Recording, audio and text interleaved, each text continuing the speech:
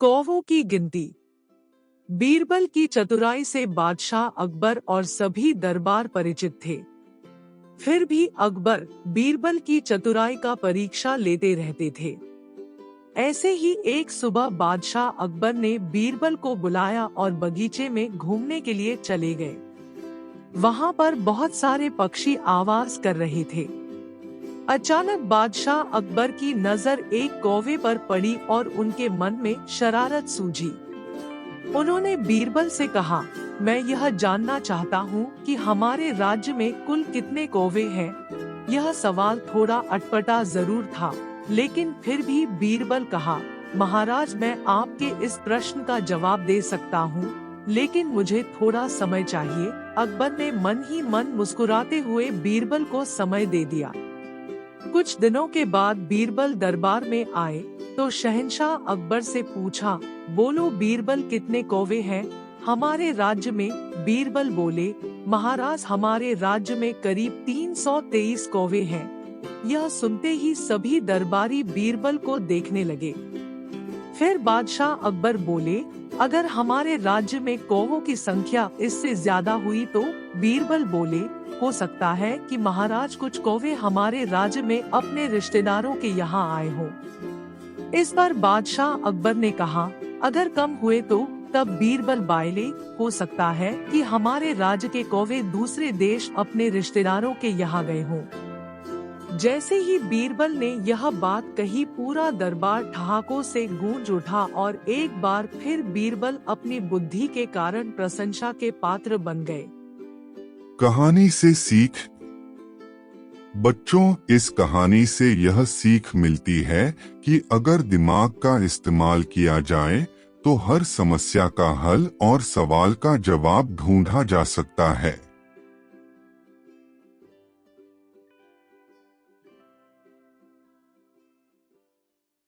बिना काटे लकड़ी का टुकड़ा छोटा कैसे होगा? बादशाह अकबर अक्सर कई समस्याओं पर बीरबल के साथ चर्चा किया करते थे और साथ ही उनकी बुद्धि की परीक्षा भी लिया करते थे। वहीं बीरबल भी हर समस्या का समाधान बड़े ही रोचक तरीके से करते थे। एक बार की बात है, महाराज अकबर और बीरबल दोनों शाही बगीचे में टहल रहे थे। दोनों के बीच किसी गंभीर मुद्दे पर चर्चा हो रही थी कि तभी अचानक बादशाह अकबर के दिमाग में बीरबल की परीक्षा लेने की सूझी। बादशाह अकबर ने पास में पड़ी हुई एक लकड़ी की ओर इशारा करते हुए बीरबल से पूछा, बीरबल, एक बात बताओ, ये जो सामने लकड़ी पड़ी हुई है, क्या तुम इसे बिना काटे छोटा कर सकते हो? बीरबल बादशाह अकबर के मन की बात समझ गए और वो लकड़ी बादशाह अकबर के हाथ में देते हुए बोले, जी महाराज, मैं इस लकड़ी को छोटा कर सकता हूँ। बादशाह अकबर बोले, वो कैसे भला? तब बीरबल ने वहीं पास में पड़ी हुई एक बड़ी लकड़ी उठाई और बादशाह अकबर को पकड़ाते हुए पूछा, महाराज, इनमें से छोटी लकड़ी कौन सी है? बादशाह अकबर बीरबल की चतुराई समझ गए और छोटी लकड़ी बीरबल के हाथ में देते हुए बोले, वाकई बीरबल, तुमने बिना काटे लकड़ी को छोटा कर दिया। इसके बाद दोनों जोर जोर से हंसने लगे। कहानी से सीख। बच्चों, इस कहानी से यह सीख मिलती है कि परिस्थिति चाहे जैसी भी हो, दिमाग से काम लेकर उससे बाहर निकलने का रास्ता खोजा जा सकता है।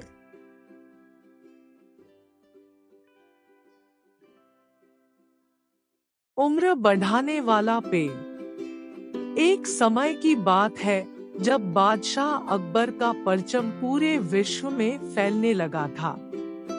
उसी दौरान तुर्किस्तान के बादशाह को अकबर की बुद्धिमत्ता की परीक्षा लेने की सूझी। तुर्किस्तान के बादशाह ने अपने दूत को संदेश पत्र देकर कुछ सिपाहियों के साथ दिल्ली रवाना किया। बादशाह ने पत्र में लिखा था, मुझे सुनने में आया है कि भारत में ऐसा पेड़ है जिसके पत्ते को खाकर इंसान की आयु बढ़ाने में मदद मिल सकती है। अगर यह बात सच है तो मेरे लिए उस पेड़ के कुछ पत्ते जरूर भेजें। जब अकबर ने उस पत्र को पढ़ा तो वह सोच में पड़ गए। इस चिंता से उबरने के लिए अकबर ने बीरबल का सहारा लिया। बीरबल की सलाह पर बादशाह अकबर ने तुर्किस्तान से आए सिपाहियों और दूत को कैद करने का आदेश दिया। सिपाही और दूत के कैदखाने में कई दिन बीत जाने के बाद अकबर और बीरबल एक दिन उनसे मिलने गए। अकबर और बीरबल को आते देखकर वो सोचने लगे कि उन्हें रिहाई मिल जाएगी, लेकिन ऐसा नहीं हुआ। बादशाह अकबर जब उनके पास पहुँचे तो उन्होंने दूत से कहा, जब तक इस किले की एक दो ईंट गिर नहीं जाती तब तक आप लोगों को आजाद नहीं करेंगे। ऐसा होने तक आप सभी के लिए यहाँ खाने पीने का पूरा इंतजाम किया जाएगा। इतना कहकर बादशाह अकबर और बीरबल वहाँ से चले गए। उनके जाने के बाद दूत और सिपाही कैद से निकलने के लिए उपाय सोचने लगे। जब कोई रास्ता नजर नहीं आया तो भगवान से प्रार्थना करने लगे। जल्द ही उनकी प्रार्थना रंग लाई और कुछ दिनों बाद अचानक तेज भूकंप आया और भूकंप के कारण किले का एक भाग टूटकर गिर गया। यह घटना के बाद दूत ने अकबर के पास किले की दीवार गिरने की खबर भिजवाई। यह खबर सुनते ही बादशाह अकबर को अपना वादा याद आया और उन्होंने तुर्किस्तान के दूत व सिपाहियों को दरबार में प्रस्तुत होने का आदेश दिया। उनके दरबार में पहुंचते ही बादशाह अकबर बोले, अब तो आप सबको अपने बादशाह के द्वारा भेजे गए पत्र का उत्तर मिल गया होगा। अगर अब भी आपको समझ नहीं आया है तो मैं समझा देता हूँ। तुम सिर्फ 100 लोग हो और तुम्हारी आह सुनकर किले का एक हिस्सा गिर गया, तो सोचो जिस देश में हजारों लोगों पर अत्याचार होते हैं, उस देश के बादशाह की आयु कैसे बढ़ेगी। लोगों की आह से उसका पतन तो निश्चित है। हमारे भारत देश में किसी गरीब पर अत्याचार नहीं होता। यही होता है आयुवर्धक वृक्ष। उसके कुछ दिन बाद बादशाह ने उन सभी को उनके देश भेज दिया है और रास्ते में होने वाले खर्चे के लिए कुछ पैसे भी दिए। दूत ने तुर्किस्तान पहुंचकर भारत में घटित सारी बात विस्तार से बादशाह को बताए। अकबर बीरबल की बुद्धिमत्ता देखकर तुर्किस्तान के बादशाह ने दरबार में उनकी बहुत प्रशंसा की। कहानी से सीख। इस कहानी से यह सीख मिलती है कि सभी के साथ प्रेम से रहना चाहिए और कमजोर पर अत्याचार नहीं करना चाहिए। साथ ही वही देश तरक्की करता है जहां प्रजा सुखी रहती है। धोखेबाज काजी। एक बार की बात है, मुगल दरबार में बादशाह अकबर अपने दरबारियों के साथ किसी मुद्दे पर चर्चा कर रहे थे।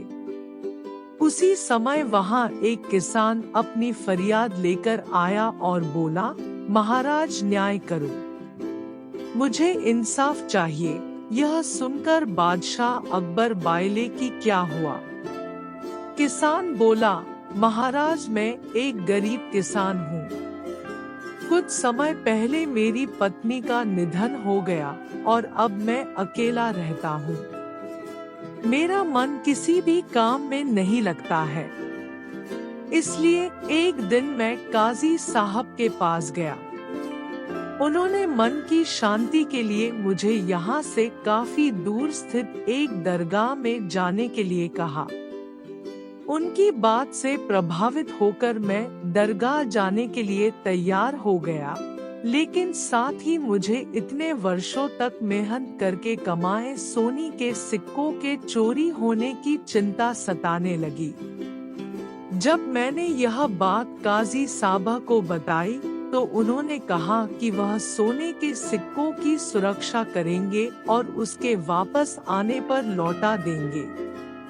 इस पर मैंने सभी सिक्के एक थैली में डालकर उन्हें दे दिए। एहतियात के तौर पर काजी साहब ने मुझे थैली पर मुहर लगाने को कहा। बादशाह अकबर बायले, अच्छा तो फिर क्या हुआ? किसान ने कहा, महाराज मैंने मुहर लगाकर थैली उन्हें दे दी और दरगाह के दर्शन करने यात्रा पर चला गया। फिर जब कुछ दिनों बाद वापस आया तो काजी साहब ने थैली वापस दे दी। मैं थैली लेकर घर लौटा और उसे खोला तो उसमें सोने के सिक्कों की जगह पत्थर थे। मैंने इस बारे में काजी साहब से पूछा तो उन्होंने गुस्से में कहा कि तुम मुझ पर चोरी का इल्जाम लगाते हो। इतना कहकर उन्होंने अपने नौकरों को बुलाया और मुझे मार मार कर वहां से भगा दिया। किसान ने रोते हुए कहा, महाराज मेरे पास जमा पूंजी के नाम पर बस वही सोने के सिक्के थे। मेरे साथ न्याय करे महाराज। किसान की बात सुनकर बादशाह अकबर ने बीरबल को मामला सुलझाने के लिए कहा। बीरबल ने किसान के हाथों से थैली लेकर उसे अंदर से देखा और महाराज से थोड़ा सा समय मांगा। शहंशाह अकबर ने बीरबल को 2 दिन का समय दिया। घर जाकर बीरबल ने एक फटा हुआ कुर्ता अपने नौकर को दिया और कहा, इसे अच्छे से रफू करवा कर लाओ। नौकर कुर्ता लेकर चला गया और कुछ देर बाद उसे रफू करवा कर वापस आ गया। बीरबल कुर्ते देखकर खुश हो गए।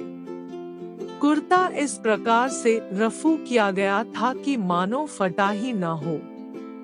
यह देखकर बीरबल ने नौकर से उस दर्जी को बुलाकर लाने को कहा। नौकर कुछ ही देर में दर्जी को लेकर आ गया। बीरबल ने उससे कुछ पूछा और वापस भेज दिया। अगले दिन बीरबल दरबार पहुँचे और सैनिक से काजी व किसान दोनों को दरबार में लेकर आने का आदेश दिया। कुछ ही देर में सैनिक काजी व किसान को साथ ले आया। इसके बाद बीरबल ने सैनिक से दर्जी को भी बुलाने के लिए कहा। यह सुनते ही काजी के होश उड़ गए। दर्जी के आते ही बीरबल ने उससे पूछा, क्या काजी ने तुम्हें कुछ सिलने के लिए दिया था? तब दर्जी ने कहा, कुछ महीने पहले मैंने इनकी सिक्कों वाली थैली को सिया था। इसके बाद जब बीरबल ने जोर देकर काजी से पूछा तो उसने डर के मारे सब कुछ सच सच बता दिया। काजी ने कहा, महाराज मैं एक साथ इतने सारे सोने के सिक्के देखकर लालची हो गया था, मुझे माफ कर दो। बादशाह अकबर ने काजी को आदेश दिया कि वह किसान को उसके सोने के सिक्के लौटाए और साथ ही काजी को 1 वर्ष कारावास की सजा सुनाई। इसके बाद एक बार फिर सभी ने बीरबल की बुद्धि की भूरी भूरी प्रशंसा की। कहानी से सीख, कभी लालच नहीं करना चाहिए और न ही किसी के साथ धोखा करना चाहिए। गलत काम के बदले एक न एक दिन सजा जरूर भुगतनी पड़ती है।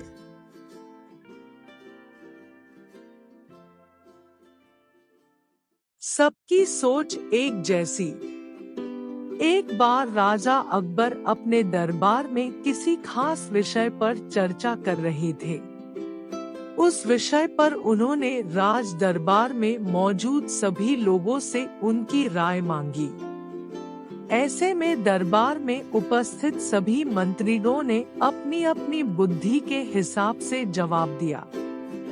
राजा यह देखकर बहुत हैरान हुए कि सभी का जवाब एक दूसरे से बिल्कुल अलग था। इस पर राजा अकबर ने बीरबल से ऐसा होने के पीछे की वजह पूछी और सवाल किया, आखिर सबकी सोच एक जैसी क्यों नहीं होती? राजा के सवाल पर बीरबल मुस्कुराया और कहा, महाराज, बेशक लोगों की सोच एक दूसरे से कई मामलों में अलग होती है, मगर कुछ खास विषयों पर सबकी सोच एक जैसी ही होती है। बीरबल की इस बात के साथ दरबार की कार्यवाही समाप्त होती है और सभी अपना अपना काम करने के लिए चले जाते हैं। उसी शाम राजा अकबर बीरबल के साथ अपने बाग में टहलने जाते हैं। तब वो दोबारा वही सवाल दोहराते हैं, बीरबल, मैंने तुमसे पूछा था कि सबकी सोच एक जैसी क्यों नहीं होती? इस सवाल का जवाब दो मुझे। इसी के साथ एक बार फिर अकबर और बीरबल के बीच इस मुद्दे को लेकर बहस छिड़ जाती है। जब लाख कोशिशों के बावजूद राजा अकबर को बीरबल की बात नहीं समझ आती, तो वह अपनी बात को समझाने के लिए एक युक्ति निकालता है। बीरबल कहता है, महाराज, मैं आपको साबित कर दूंगा कि कुछ मामलों में सबकी सोच एक जैसी ही होती है। बस आप एक फरमान जारी कर दीजिए। फरमान यह होगा कि आने वाली अमावस्या की रात को सभी अपने अपने घर से एक लोटा दूध लाकर आपके बाग में बने सूखे कुएं में डालेंगे और इस फरमान को न मानने वाले को सख्त से सख्त सजा दी जाएगी। वैसे तो राजा अकबर को बीरबल की यह बात मूर्खता वाली लगती है, लेकिन वह बीरबल के कहे अनुसार शाही फरमान जारी करवा देते हैं। राजा के आदेश से सिपाही पूरे राज्य में घूम घूम कर इस फरमान के बारे में सभी को बताते हैं। राजा के इस फरमान को सुनते ही सभी में इस बात को लेकर चर्चा होने लगी कि सूखे कुएं में दूध डालना एक मूर्खतापूर्ण कार्य है। फिर भी राजा का फरमान था तो मानना सभी को था। सभी अमावस्या की रात का इंतजार करने लगे। देखते देखते अमावस्या की रात भी आ गई और सभी अपने अपने घर से एक एक भरा लोटा लेकर कुएं के पास जमा हो जाते हैं। बारी बारी सभी कुएं में लोटा पलटकर अपने अपने घर की ओर चले जाते हैं। यह सारा नजारा राजा अकबर और बीरबल छिपकर देख रहे होते हैं। जब सभी अपना लोटा कुएं में पलट कर चले जाते हैं, तो बीरबल राजा अकबर को कुएं के नजदीक ले जाते हैं और कहते हैं, महाराज देखिए, क्या आपके फरमान से कुआं दूध से भर गया? बीरबल की बात पर राजा अकबर कुएं में झांक कर देखते हैं कि कुआं ऊपर तक पानी से भरा हुआ है। यह देखकर उन्हें बहुत आश्चर्य होता है और वे नाराज भी होते हैं। राजा अकबर बीरबल से कहते हैं, मैंने तो कुएं में दूध डालने का फरमान जारी किया था, फिर कुआं दूध की जगह पानी से क्यों भरा गया? राजा के इस सवाल पर बीरबल मुस्कुराते हुए कहता है, महाराज, कुएं में दूध डालना सभी को व्यर्थ लगा, इसलिए सभी ने दूध की जगह कुएं में पानी डाला। उन सभी ने यह भी सोचा कि अमावस्या की रात घना अंधेरा होता है। अब इतने अंधेरे में सभी को सिर्फ लोटा ही दिखेगा, न कि लोटे में दूध है या पानी। बीरबल बोला, महाराज, इस बात से स्पष्ट होता है कि कुछ मामलों में सभी की सोच एक जैसी होती है। अब राजा अकबर को बीरबल की बात अच्छे से समझ आ गई थी। कहानी से सीख। इस कहानी से यही सीख मिलती है कि एक जैसी व्यक्तिगत स्थिति होने पर सभी की सोच एक जैसी हो जाती है।